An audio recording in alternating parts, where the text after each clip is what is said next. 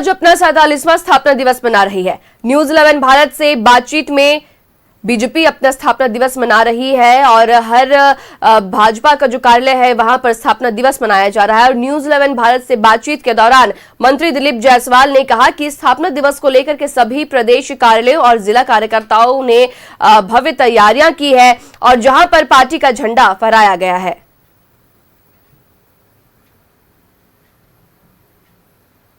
जायसवाल इस वक्त हमारे साथ हैं। दिलीप जी, आज 47वां स्थापना दिवस बीजेपी का है और इसको लेकर भव्य तैयारी पूरे देश में की जा रही है। बिहार में भी भव्य तैयारी है, क्या कुछ कहेंगे?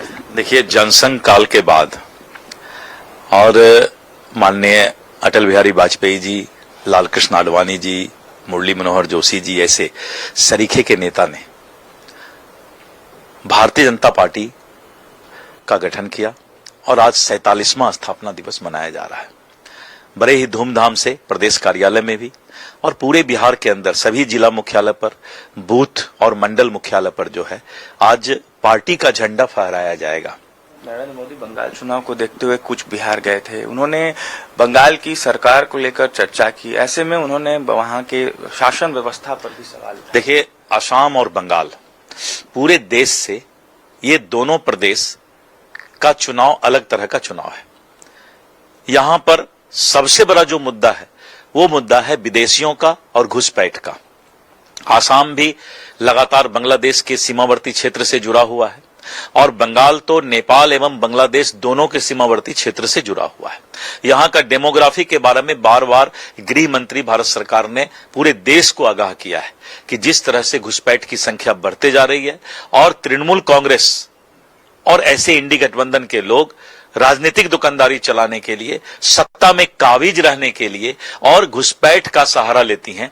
इसीलिए भारतीय जनता पार्टी के लिए आसाम और बंगाल का चुनाव सबसे बड़ा चुनौतीपूर्ण चुनाव है, क्योंकि देश का संस्कार, देश का हित और संप्रभुता तभी बचेगा जब हम घुसपैठ की लड़ाई लड़ेंगे। ओवैसी कल बिहार पहुंचे थे। उन्होंने राज्यसभा चुनाव को लेकर सवाल उठाया, पारदर्शिता पर सवाल उठाया और खेला होने की बात। राजनीति में अगर कोई नेता पारदर्शिता की बात करते हो तो सबसे पहले अपने घर में ही सब लोगों को झांकना चाहिए। उनके भी पार्टी के 4 विधायक पिछले बार जो है राजद में चले गए थे। राष्ट्रीय जनता दल ने उनको तोड़ लिया था और आज वो राजद के समर्थन में वोट कर रहे थे, तो पहले तो उनसे पूछना चाहिए। सवाल आपसे रहेगा, तेजस्वी यादव ने सरकार को फिसड्डी बताया है बिहार के एनडीए सरकार। अब तेजस्वी यादव चूंकि एक ही बात रोज रोज बोलते हैं, इसीलिए पब्लिक अब समझ गई कि इनके पास कोई दूसरा मुद्दा नहीं है। वो कभी ये नहीं बोलते हैं गंगा पर पुल बनना चाहिए, वो कभी ये नहीं बोलते हैं कोसी और गंडक पर पुल बनना चाहिए, वो कभी ये नहीं बोलते हैं किसी गांव के लिए रोड बनना चाहिए, वहां बिजली जाना चाहिए, लोगों को जो है सरकारी योजनाओं का लाभ मिलना चाहिए। विपक्ष का ये काम है कि जनता तक सरकार के सुविधा और योजना को पहुंचाना।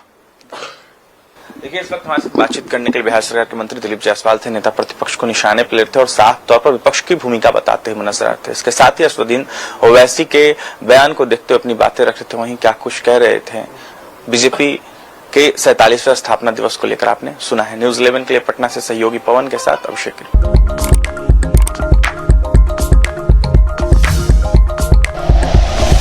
Like and share videos, subscribe करें हमारा चैनल और प्रेस करें बेल आइकॉन। न्यूज 11 भारत, सच है तो दिखेगा।